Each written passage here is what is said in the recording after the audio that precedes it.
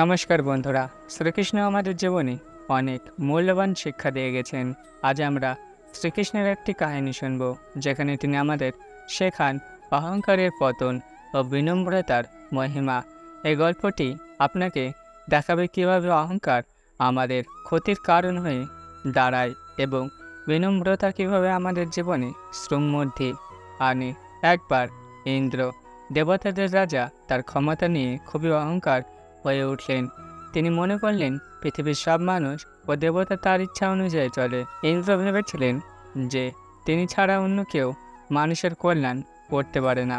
গোকুলবাসীরা তখন প্রতি বছর ইন্দ্রের জন্য যজ্ঞ করত, কিন্তু একবার শ্রীকৃষ্ণ গোকুলবাসীদের বললেন, আমরা কেন ইন্দ্রের জন্য যজ্ঞ করছি? প্রকৃতপক্ষে আমাদের জীবনযাত্রার আসল দায়িত্ব বহন করে গোবর্ধন পর্বত, কারণ এটি আমাদের পশুদের জন্য ঘাস, জল এবং খাদ্যের সংস্থান করে। আমাদের উচিত গোবর্ধন পর্বতের পূজা করা।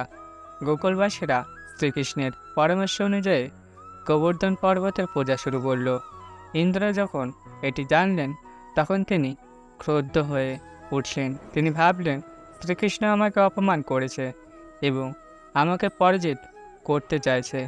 ইন্দ্র রাগান্বিত হয়ে গোকুলে ভয়ঙ্কর বৃষ্টি পাঠালেন, যা বন্যার সৃষ্টি করল। গোকুলবাসীরা আতঙ্কিত হয়ে শ্রীকৃষ্ণের কাছে সাহায্যের জন্য এলো। শ্রীকৃষ্ণ তখন এক হাতে গোবর্ধন পর্বত তুলে গোকুলবাসীদের বন্যা থেকে রক্ষা করলেন। গোকুলবাসীরা শ্রীকৃষ্ণের এই আপার শক্তি দেখে অভিভূত হইল।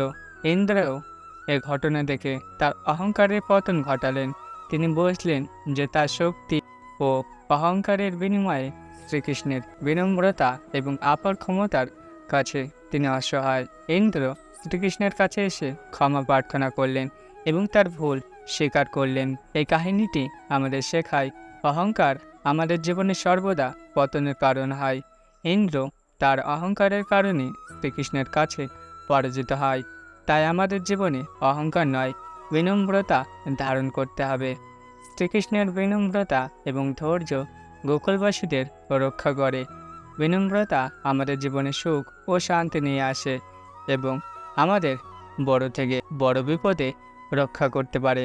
শ্রীকৃষ্ণ এই কাহিনীর মাধ্যমে দেখিয়েছেন যে প্রকৃতির প্রতি কৃতজ্ঞ থাকা উচিত। যেমন গোবর্ধন পর্বত আমাদের প্রয়োজনীয় সকল সম্পদ দেয়, তেমনি আমাদের প্রকৃতিকে সম্মান ও সংরক্ষণ করা দরকার। এই কাহিনীর মাধ্যমে আমরা শিখলাম যে অহংকার আমাদের পতন ডেকে আনে এবং বিনম্রতা আমাদের সঠিক পথে নিয়ে যায়। শ্রীকৃষ্ণের এই শিক্ষা আমাদের প্রতিদিনের জীবনে গ্রহণ করা উচিত। প্রকৃতিকে সম্মান করা, অহংকারকে ত্যাগ করা এবং বিনম্রতার পথে চলা আমাদের জীবনে মূল লক্ষ্য হওয়া উচিত। যদি এই কাহিনীটি আপনার ভালো লেগে থাকে, তবে আমাদের চ্যানেলটি সাবস্ক্রাইব করুন, ভিডিওটি লাইক করুন এবং বন্ধুদের সাথে শেয়ার করুন। ধন্যবাদ।